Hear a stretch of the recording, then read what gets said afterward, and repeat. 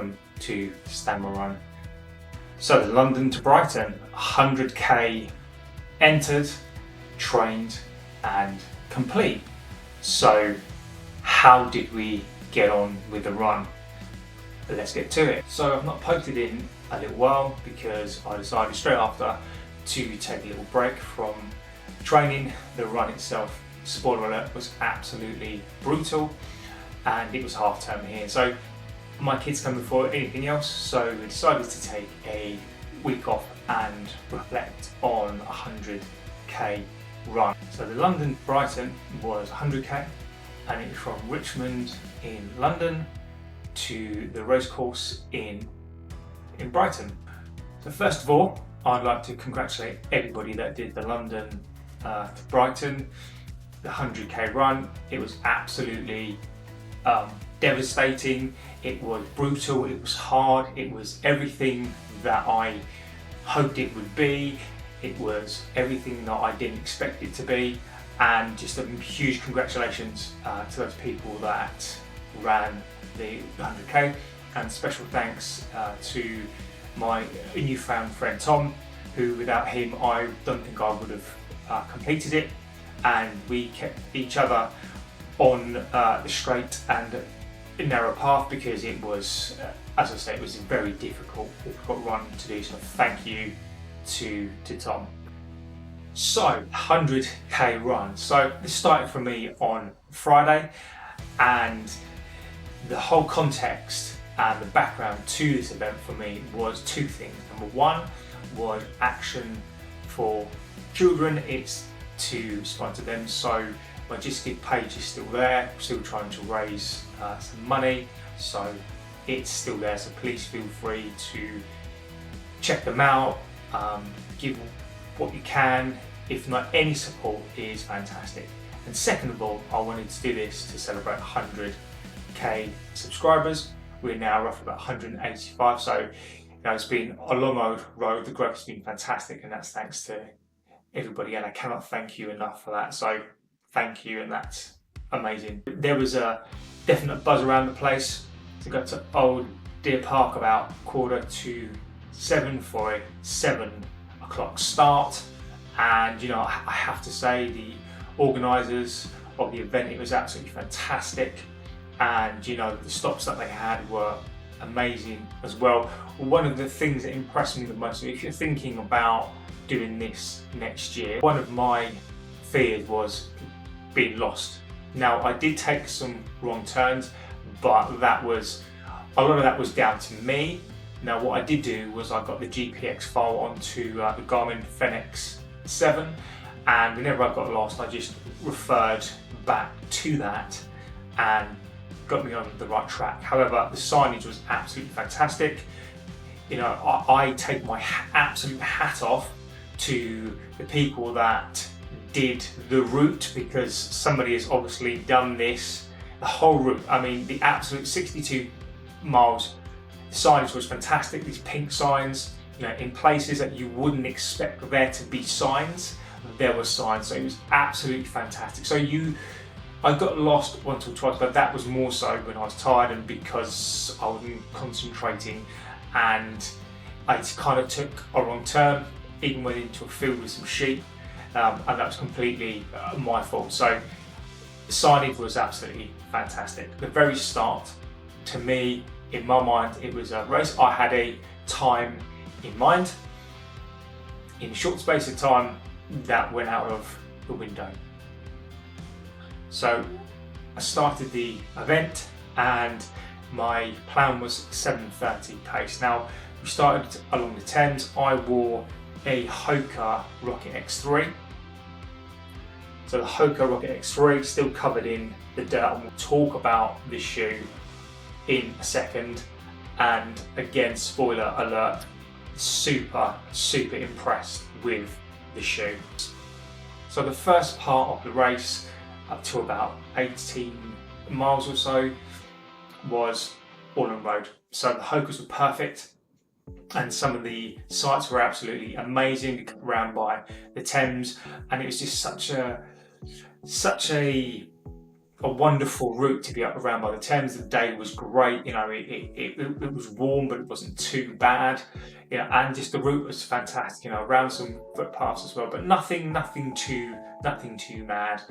All the way into Coulsdon, into Outin, and there was a stop there. So that whole entire route there was absolutely fantastic. That was just over, I think about 12k, I think was the first stop. Felt really fresh, 7:30 per mile, which actually at that point put me in 4th overall. And even then I wasn't necessarily thinking about a place.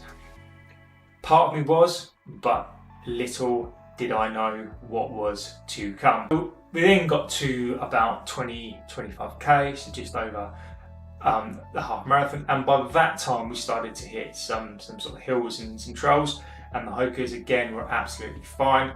I started to feel a little bit of cramp in one of my calves, and you know, I'd experienced cramp, but you know, I'd taken recovery salts, recovery drinks, I had everything in the pack. That was probably one of the problems. So this is where the learning experience for next time will kick in. So just over the half marathon, and then the next stop then was another 12k in about 38k, and by that time I started experiencing some cramp, but again, sore but comfortable enough to be able to get into 30 odd k. Now, by that point, you know, my legs started to be sore, the pack was heavy. I already knew that I needed to acclimatise to the pack, and it was heavy. Now, the pack that I chose was a cycling pack. Now, I have to say it wasn't the fault of the pack. However, the pack by this point had decided to disintegrate. So there's a strap that holds the pack together and brings it all close to your chest. Now that had snapped at that point, and we were probably about 18 miles in, and it snapped. So I had all this weight in pack, the water, and no way to hold it down. So luckily I took a jacket, and basically for the rest of the time, so for the rest of the 42 miles, I basically tied this around the pack and to keep it in place, which wasn't the most comfortable thing. Got to the next stop, which was about 58k. Now by this point, by about 45k-ish, that's when the cramp really decided to set in, and there was nothing that I could do. So there was cramp in my calves, in both calves, cramp in both of my thighs, to the point where I then had to kind of stop, recover, stretch out the legs, hoping that it would go. It would just be a phase. The hydration was good, the salt was good, the gels were good, and I managed to make it just beyond halfway to 58k. Now I got to halfway and I had to stop for about 50 minutes. You know, I saw the physio, I rolled out the legs, you know, and even then by this point I come into about 58k, I was probably in about 5th or 6th place, and by that time I knew that in terms of a personal race it was over and it was about survival. So at 58k I had to take stock and say to myself, right, okay, now this is about survival. I had no idea how I was going to get through another 42k with my legs in the state that they were.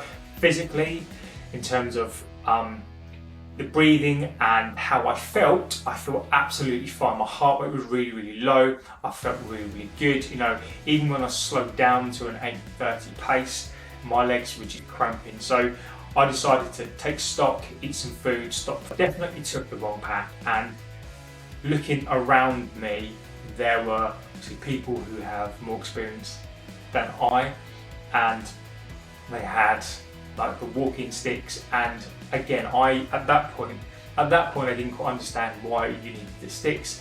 Everything was flat, and even though the trainers that I had were put through mud, I mean the Hokas were in deep mud. I mean, you know, there were points where farmers' fields, rocks. You know, these things have been through rocks. They've been bashed through rocks. I mean, proper trails. I mean, we're talking thick rock. We're talking thick mud. We're talking everything that you can think of. These have been through, and at that point, you know, they come through amazing. I'd hate it. I didn't want to see the bottom of the shoe. Now, there lies the next issue that I didn't think about. So I was originally going to take the Caldera 6. Now, part of me wishes I'd have taken it. However, I do think I chose the right type of shoe in terms of I went for light. So what I wanted to do, I knew the pack was going to be heavy.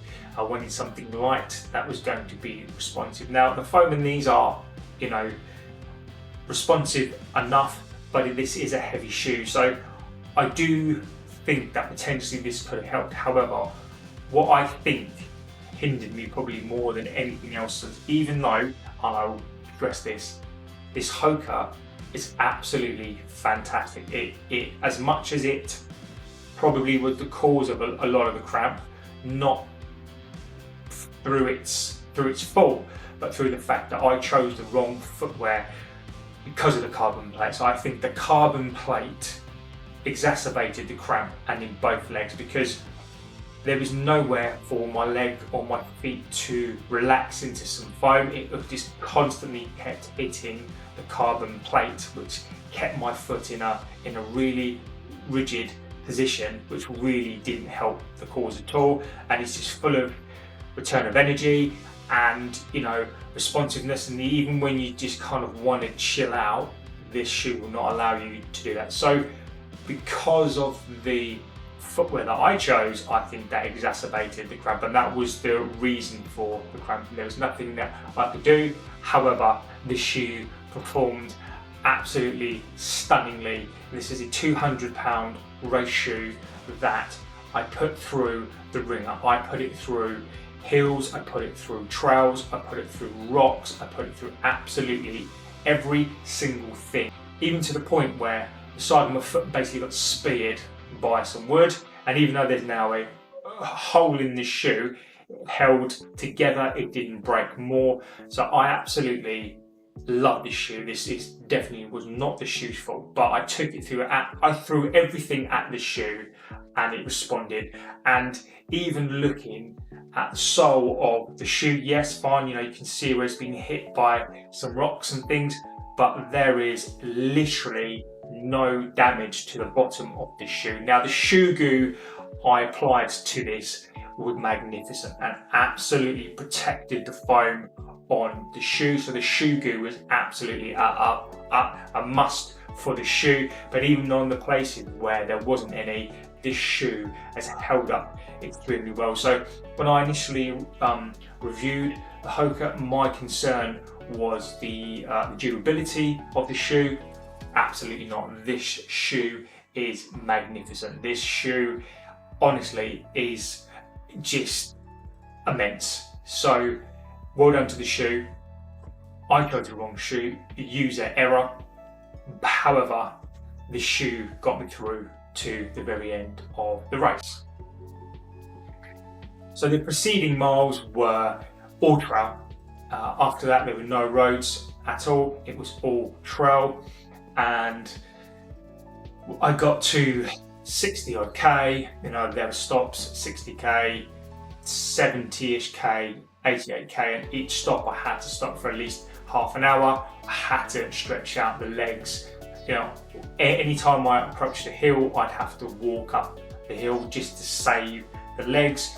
Any opportunity that I had to stretch out the legs, I had to take. So it was a very slow 42K. However, I wanted to survive. This is where I met Tom around 68K-ish, and we got through together. And we jogged, we ran, we stopped together, we stretched out, you know, we motivated each other. You know, he was in just as much pain as me. So by this point, mentally, absolutely just ridiculous. You know, even at 88K, you know, my legs were burning, my legs were hurting. I still had some stuff left. I knew I needed to finish it. It was only 12K left. Now 12K at that point could have been 120K. It was so difficult. So we got to Plumpton and I wish I had have reviewed the route to know what to expect, or ignorance with bliss at that point, because we come to this infamous Plumpton like hill. When I say hill, it's basically a side of a mountain that you have to get up to get over into Brighton and run down. And this is a side of a hill that is a sheer climb, and then you climb up. It's about a mile and a bit, and it is like that. And then that's when the sticks come into play, because there are parts where you need sticks. So me and Tom basically just tried to get up that hill as fast as we possibly could, and we walked up it, up and around, and then the final bit of the hill is about half a mile, just sheer uphill. So even walking at that point, the legs were cramping, and it was absolutely devastating. So then we got to the top, and we decided a final push down, and we ran down the kind of hill. And I say hill again, it was a side of a mountain, and loads and loads of rocks, really hilly run down. So the downhill parts were nice. The frustrating part of this with cramped legs, spasming cramped legs, was from a physical perspective, from a breathing perspective, I wasn't tired as such, and however, just mentally and in terms of physical, the legs, it was just absolutely brutal, and it was one of the hardest things I've ever done, and it was a battle of the will. And in terms of what I said previously about I tend to back myself from a mental position, I absolutely questioned that. I absolutely questioned whether I could do another 3 miles, and each K at that point just seemed like another 10 miles, just having to walk. I couldn't walk anymore.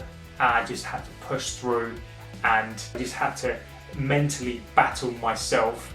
And at one point I didn't think I was going to make it. Tom was amazing, he kept talking through the whole thing, and I just had to not talk anymore. I just had to concentrate. Even at a 99k, I still knew there was another K to go, and I could have happily have stopped. I would have happily have stopped, but thanks to Tom, thanks to the encouragement from him,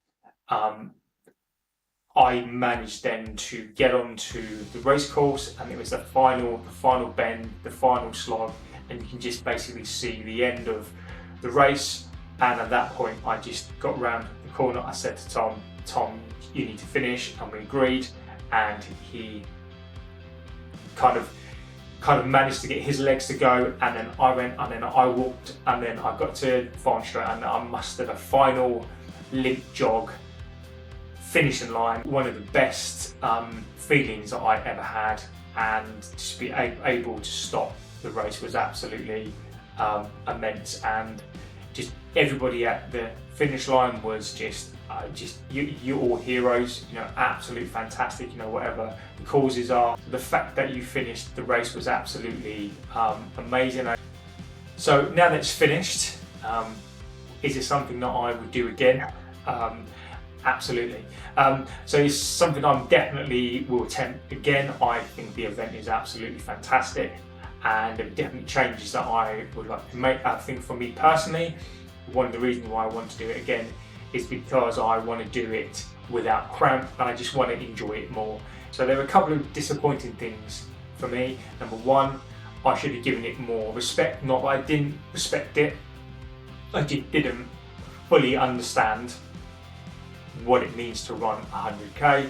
Just because you can run certain things fast, even up to a marathon, doing that twice and a bit is a different skill set. Being able just to continually go through the pain is ridiculous. I just want to give it more respect. I want to enjoy it more, so I think that I approached it in the wrong way. I approached it as if it was race, and it really isn't.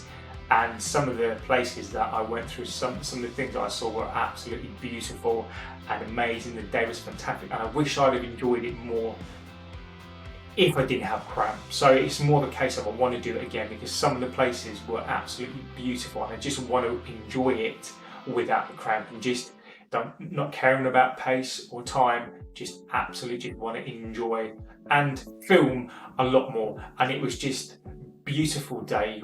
I did this for Action for Children, and the details of that will be in the description. Please comment if this is something that you've done, if it's something that you want to do. If there are other events you want to see me try, just comment and I'll get back to you as soon as I can. And on that note, please don't forget to like, favourite and subscribe, and I'll see you on the next one. Take care.